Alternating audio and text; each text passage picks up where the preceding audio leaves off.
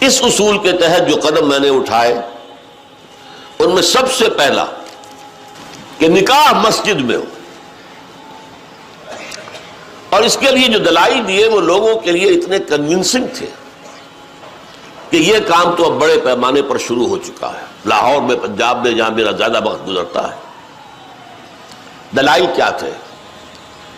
خدا کے بندو، حدیث موجود ہے، اعلنوا ھذا النکاح واجعلوہ فی المساجد، ترمذی شریف کی روایت، نکاح کا اعلان عام کیا کرو اور مسجدوں میں منعقد کیا کرو۔ کیا ہو گیا علماء کو؟ کہاں چھپا رہے اس حدیث کو؟ یہ میں مانتا ہوں، علماء کا قول ہے، میں اس کو رد نہیں کر سکتا کہ یہاں فعل امر جو ہے یہ وجوب کے لیے نہیں ہے، فرض کرنے کے لیے نہیں ہے، استحباب کے لیے ہے۔ تو بھائی مستحب چیز جو حضور نے قرار دی ہے اس کو کیوں چھوڑ رہے ہو؟ دنیا کے ہر معاملے میں ہے جستجو کے خوب سے ہے خوب تر کہاں، اور اس معاملے میں آپ مستحب مان رہے ہیں، حضور کا قول موجود ہے، پھر قبول نہیں کر رہے۔ اس کا میں واقعہ آپ کو سنا دوں۔ میں نے یہ تحریک شروع کی تھی، چیریٹی بگنز ایٹ ہوم، جب میرے سب سے چھوٹے بھائی کی شادی کا موقع آیا 1973 میں۔ سرگودے ہمیں جانا تھا، 4 آدمی ہم گئے تھے، جن میں سے ایک ہماری والدہ تھی، اور وہاں مسجد میں نکاح، اور ہم نے وہاں کوئی دعوت تام کہہ دیا تھا کہ ہرگز نہیں ہوگی۔ ہم لاہور سے آ رہے ہیں، آپ کے گھر میں بیٹھ کے مہمان ہوئے، کھانا کھا لیں، کوئی وہاں دعوت عمومی نہیں ہوگی، نکاح مسجد میں ہوگا۔ اس کا اعلان ہوا تو بڑی تعداد میں لوگ آ گئے ایک مسجد میں، وہاں تقریر میں نے کی، لیکن پھر وہاں بھی ایک، جیسے ہمارے ہاں یہاں کراچی میں مولانا مفتی محمد شفیع رحمۃ اللہ علیہ تھے، وہاں بھی ایک مفتی محمد شفیع صاحب تھے، ان کا انتقال ہو گیا تھا، ان کے 2 بیٹے مفتیان شہر کہلاتے تھے، وہ بھی موجود تھے، میں نے نکاح ان سے پڑھوایا۔ لیکن ان میں سے جو بڑے بھائی تھے انہوں نے کہا ڈاکٹر صاحب اس کام کی ہمت صرف آپ میں تھی، ہم نہیں کر سکتے یہ ہمت۔ وجہ کیا ہے؟ مولوی کا سٹیٹس کیا ہے ہمارے یہاں؟ دیہات میں تو کمی کاری، جیسے ہاری ویسا مولوی، فصل پہ کوئی دانے دے دیں گے، اللہ اللہ خیر صلی اللہ، باقی روز کی روٹی کہیں مانگے جائے گھر گھر اور کھائے۔ شہروں کے اندر بھی مسجدوں میں علماء ہوتے ہیں باوقار باعزت، لیکن مساجد کی مجلس منتظمہ بھی تو ہوتی ہے نا۔ کیسے کہیں گے یہاں آؤ، میں نہیں آؤں گا تمہارے یہاں نکاح پڑھانے کے لیے؟ کیسے کہیں گے؟ حدیث رسول کے ہوتے ہوئے بہرحال اس پر لوگوں کو شرم بھی آئی، احساس کیا انہوں نے کہ واقعتاً بات صحیح ہے۔ پھر میں نے غیرت کو چیلنج کیا۔ دیکھو عیسائیوں میں اب تک یہ رسم موجود ہے، انہوں نے اپنے چرچ اور پادری کی یہ عزت برقرار رکھی ہے کہ شہزادی کی شادی ہو یا شہزادے کی ہو چرچ میں ہوگی۔ کوئی پادری ان کا بغل میں کتاب دبا کر بیٹھا ہوا انتظار نہیں کرے گا کہ عصر کا وقت تھا نکاح کا، بیٹھے مولوی صاحب ابھی بارات نہیں آئی، بیٹھے بیٹھے سوکھ رہے ہیں۔ وہ پہلے 30 40 50 روپے مل جاتے تھے، اب 300 400 500 مل جائیں گے، اور کیا ہوگا؟ اور وہاں کیا ہوتا ہے؟ شہزادہ یا شہزادی چرچ میں آؤ، پادری کے سامنے کھڑے ہو کر ایجاب و قبول کرو۔ بہرحال چرچ کی یہ حیثیت آج تک ہے، ہمارے یہاں نہیں، ختم۔ مولوی کا نہ مقام اور نہ اس کی حیثیت۔ تیسری بات میں نے یہ عرض کی کہ دیکھیے نکاح سے ایک نئے خاندان کا وجود آپ کے معاشرے میں ہوگا، اللہ اولاد دے گا، ایک خاندان وجود میں آئے گا۔ اس خاندان کے لیے دعا کی جاتی ہے، اے اللہ اس نکاح میں دین و دنیا کی سعادتیں اور برکات عطا فرما۔ وہ دعا کا ماحول ہوتا ہے، آپ نے اعلیٰ ترین سنہری قسم کے شامیانے تان دیے، اور فرش میں آپ نے قالین بچھا دیے، صوفے لگا دیے، لیکن وہاں کیا ہوتا ہے؟ سگریٹیں پی جا رہی ہے، دھواں ہے، کہہ لگ رہے ہیں، غیبتیں ہو رہی ہیں،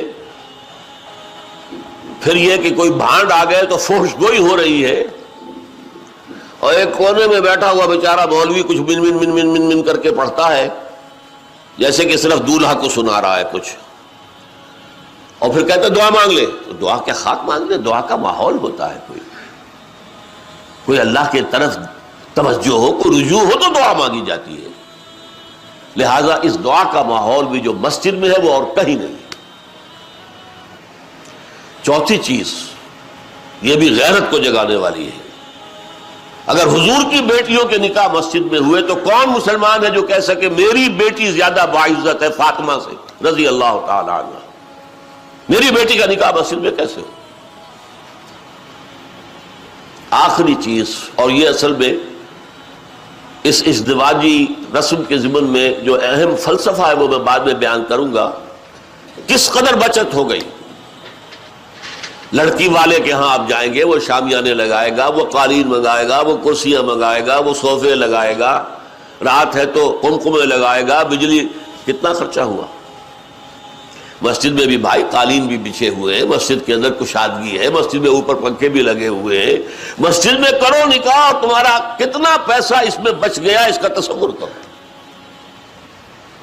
بہرحال یہ تمام دلائل ایسے تھے کہ جس کی بنا پر پہلی بات تو لوگوں نے بڑی آسانی سے مان لی. دوسری بات یہ تھی لڑکی والوں کی طرف سے نکاح کے موقع پر کوئی دعوت نہیں، قطعاً ثابت نہیں.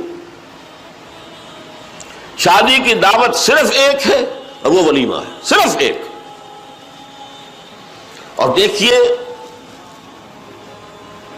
ولیمہ کیوں ہے. لڑکا جو ولیمہ دیتا ہے اس لیے کہ اس کا گھر آباد ہوا ہے، اس کے ہاں اصل خوشی ہے. لڑکی والوں کے ہاں خوشی نہیں ہوتی.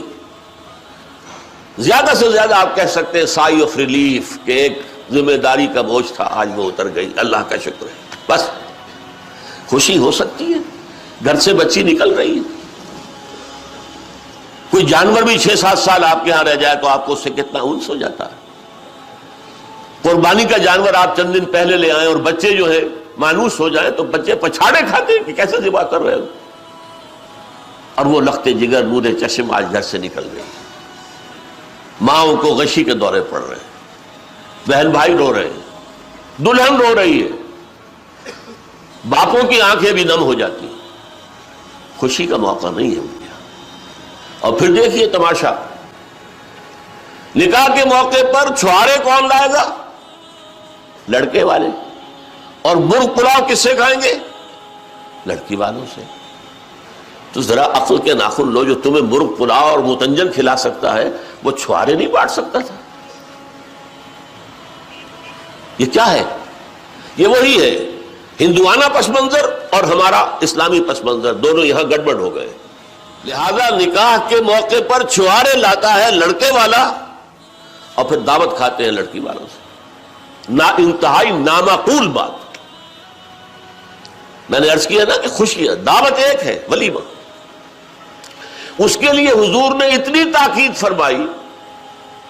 اولموا، یہ احادیث ہے، اولموا ولو بشاۃ، ولیمہ ضرور کرو چاہے ایک ہی بکری ہو تمہارے پاس.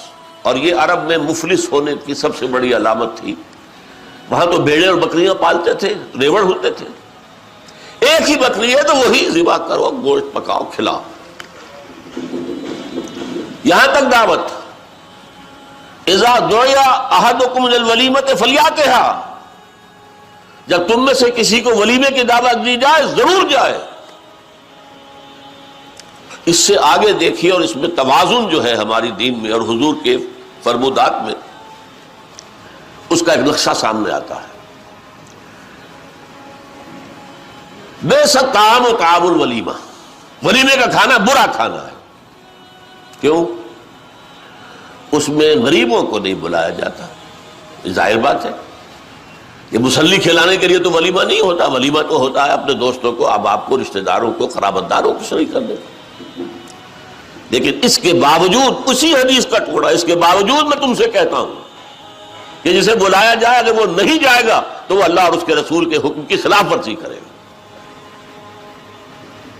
یہ تاکید ہے. اور یہاں تک تاکید ہے اگر تمہارے کسی بھائی نے نکاح کیا ہے اور اس کے پاس کچھ نہیں ہے ولیمے کے لیے، اپنے گھر سے کھانا لے جاؤ اور اس کے ساتھ جا کر بیٹھ کر کھا لو، سیلیبریٹ کرو. سیلیبریٹ کرنے کی ایک سمبل ہے، یہ اس کی ایک علامت ہے.